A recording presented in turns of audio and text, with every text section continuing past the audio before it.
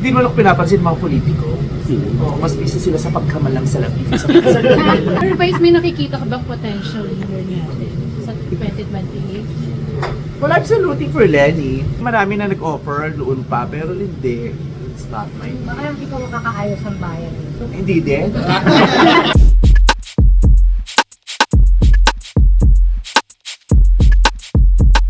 Lalong-lalo yung mga taong malalapit at mahal na mahal sa akin.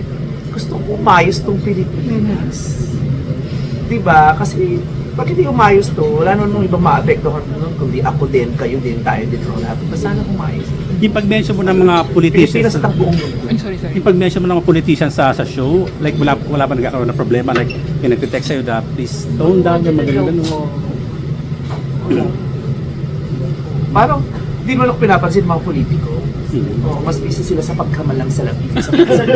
Pero Vice, mapasama ka na naman sa mga survey. Yeah. Oo nga. Mapasama ka na naman sa mga survey, mga Naku, senatorial. papabot lang sila. Pero Vice, may nakikita ka bang potential leader natin sa 2028? Well, I'm still rooting for Lenny. Hindi, sabi na siya na hindi siya laban. Ikaw pwede ba bago din yung decision? Ay, hindi.